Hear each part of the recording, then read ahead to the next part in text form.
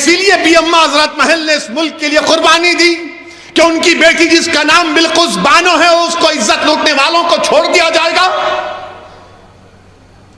कौन है बिल्किस बानो? 2002 में बिल्किस बानो को गुजरात के उस प्रोग्राम में, जेनोसाइड में, बिल्किस बानो को उसके पड़ोसियों ने उसकी इज्जत लूटी। वो बिल्किस बानो जो पड़ोसियों को चचा कहती थी, उन चचाओं ने बिल्किस बानो की इज्जत लूटी। वो बिल्किस बानो जिसके हाथ में चूड़ियां थी, उसने उसकी इज्जत लूटने वालों की दुकान से उस वक्त चूड़ियां पहनी हुई थी, उसने उसकी बिल्किस बानो की इज्जत लूटी। बिल्किस बानो हामिला थी जब उसकी इज्जत लूटी गई। बिल्किस बानो की 3 साल की बच्ची थी जिसको उसकी सामने उस 3 साल के बच्ची को लेकर उसके सर को पत्थर से मारकर कत्ल कर दिया गया। उसके बाद बारी बारी से जालिमों ने बिल्किस बानो की इस्मत रेजी की। बिल्किस बानो के सामने उसकी मां को और 4 रिश्तेदारों की इज्जत लूट कर उनका कत्ल कर दिया गया। बिल्किस बानो बरहाना हो चुकी थी, कपड़ों का टुकड़ा लेकर आदिवासी भाइयों बहनों के पास भागते छुपते फिरी, वो कपड़ा दिए। बिल्किस बानो के शौहर ने अपनी बीवी को हिम्मत दिलाई। मैं सलाम करता हूं बिल्किस बानो के शौहर को। अल्लाह मुसलमान शौहरों को बिल्किस बानो के शौहर से हौसला हासिल करो कि उसने अपनी बीवी के इंसाफ के लिए अपने बीवी के हर तरह से मदद की। 2004 में मुकदमा आयद हुआ।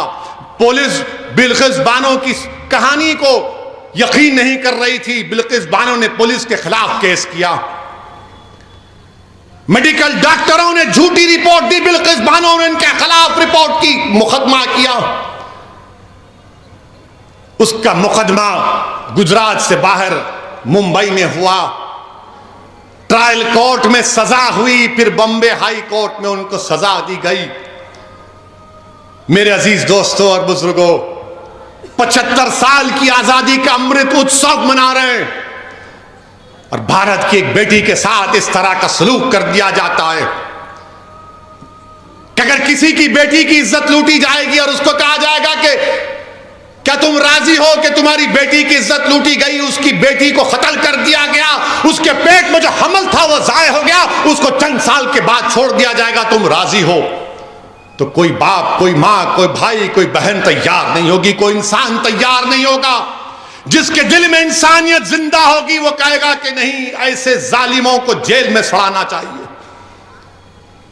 मेरे अजीज दोस्तों और बुजुर्गों, इस बात की हमको तकलीफ है कि आजादी का अमृत उत्सव तो मना रहे हैं, मगर बिल्किस बानो कह रही है कि मेरा गम फिर से ताजा हो गया, इंसाफ पर से मेरा एतमाद कमजोर पड़ गया। बताओ प्रधानमंत्री आप क्या करेंगे?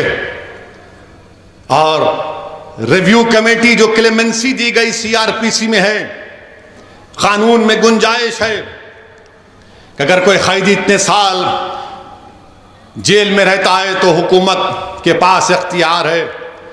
कमेटी बनाई, रिव्यू कमेटी। रिव्यू कमेटी में कौन है? भाजपा के 5 लोग,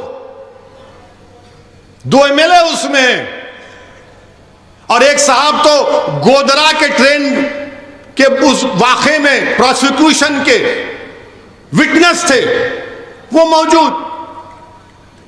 जो ट्रायल कोर्ट का जज की भी राय लेना पड़ता, उसने कहा कि नहीं छोड़ना चाहिए इन लोगों को जिन्होंने बिल्किस बानो की इज्जत लूटी, उसकी मां की इज्जत लूटकर 4 खवातीन को मार दिया, उसकी बेटी को मार दिया। ट्रायल कोर्ट के जज ने कहा कि नहीं छोड़ना चाहिए। आजादी का अमृत उत्सव मना रहे हैं। देश की 50% आजादी से क्या पैगाम देश दे रहा है? थोड़ी देर के लिए भूल जाओ कि वो मुसलमान थी, थोड़ी देर के लिए समझो कि वो हिंदू थी, वो ईसाई थी, सिख थी, वो इंसान थी।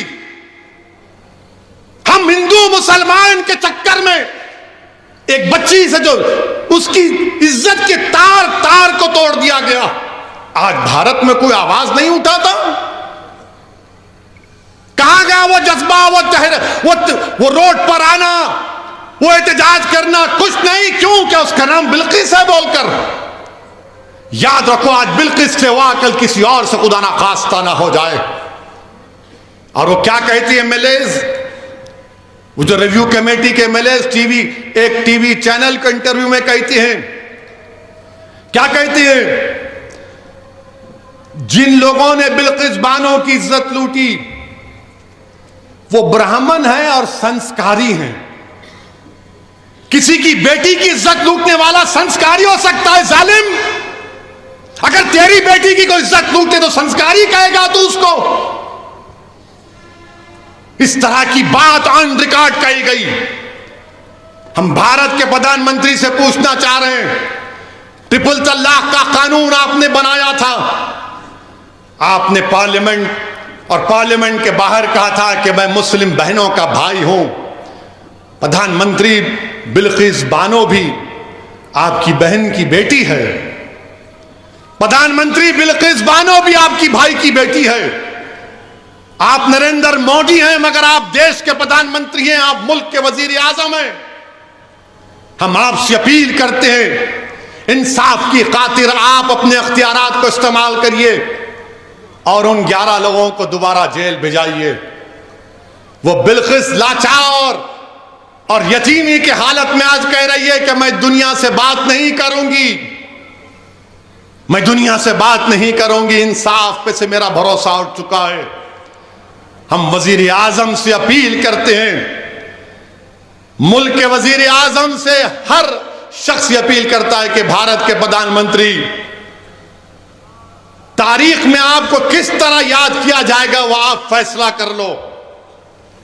आप 2 इलेक्शन जीत चुके हैं मगर ये इंसाफ का मामला है, ये इंसाफ का मामला है वजीर आजम। आप मुल्क के 133 करोड़ अवाम के वजीर आजम हैं। आप सिर्फ वोट डालने वालों के वजीर आजम नहीं है, देश के प्रधानमंत्री। आप अपने अख्तियारात को इस्तेमाल करो। बिल्किस बानो अपने घर से निकलने से डर रही है। हम देश के वजीर आजम से, मुल्क के वजीर आजम से कहना चाहते हैं, आजादी का अमृत उत्सव मनाइए मगर देश की 50% आबादी को आपकी सरकार ने, आपकी पार्टी ने गलत पैगाम दिया। ये खवातीन से नाइंसाफी है। जो इंसाफ को पसंद करते हैं वो मायूस हो चुके हैं। जो बाप अपनी बेटी के वास्ते परेशान है वो देखकर बोल रहा है कि मेरी बेटी का क्या होगा। इस मुल्क में कोई दिन नहीं जाता जब हमारी खवातीन पर जुल्म नहीं किया जाता।